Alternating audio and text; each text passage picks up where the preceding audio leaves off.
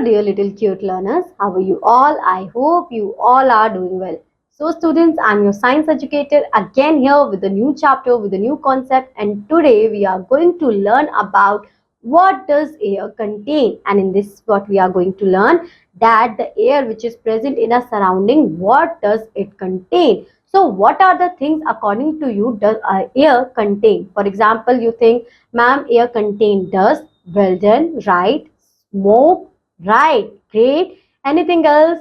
You can also say water particles, water vapors that air contains, right? So now stop your thinking process here and let's move forward to the chapter and then identify what does air contain. First, air is a mixture of gases. It contains water vapor, dust particles, smoke and germs. So air is a mixture of different gases we have.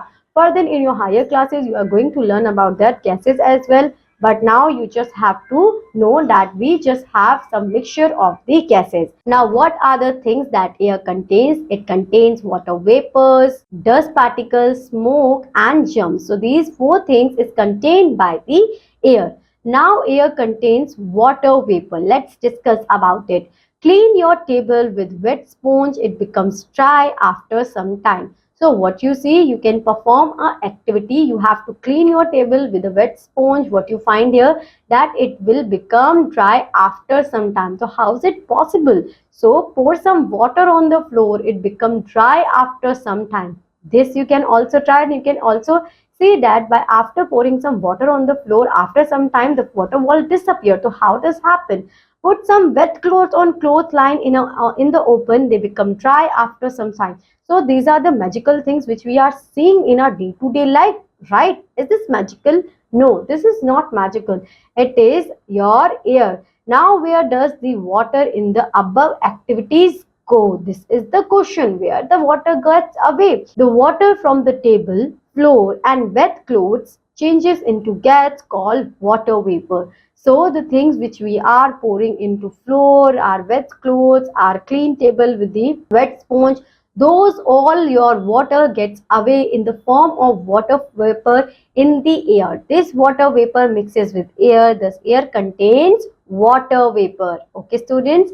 Now air contains dust particles. Sweep your home and dust the furniture. Dust particles is rise up and mix up with the airs. If you see the sun rays through a slit in the window in a closed room, you will be able to see tiny dust particles. So we can say that the air contains dust particles. So you generally see when the light is coming in your home with the help of a window, the dust particles are just moving in that air. If you didn't see this till now, so what you have to do, you just have to perform an activity in your home. Today you have to close the window, you have to open the windows and close the light of your home, and then you will find that a single ray coming into your home, and the in that ray you see the different particles which are moving into it. It means what we consider here, that air also contains the dust particles. Now air contains smoke. You might have seen some smoke out of factories, chimneys, vehicles, fireworks and chulas. So where the smoke were gone, where does this smoke is go? It goes mixed with air. So we can say that air contains smoke also. These vehicle smoke, fireworks smoke and industrial smoke get mixed into the air. It means air also contain the smoke. Air may contain germs. Now the question is that air also contain the germs. Let's examine the answer.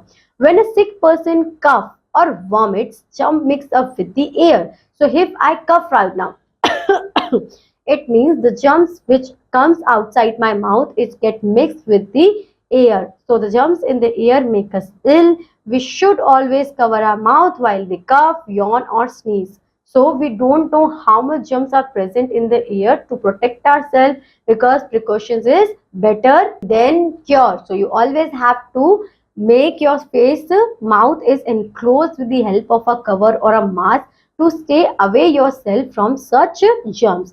Now clean and fresh air. Smoke, dust and germs make the air dirty. So these are the three things which make air dirty. So when we breathe in such air, we begin to cough. That's why this is the reason we cough.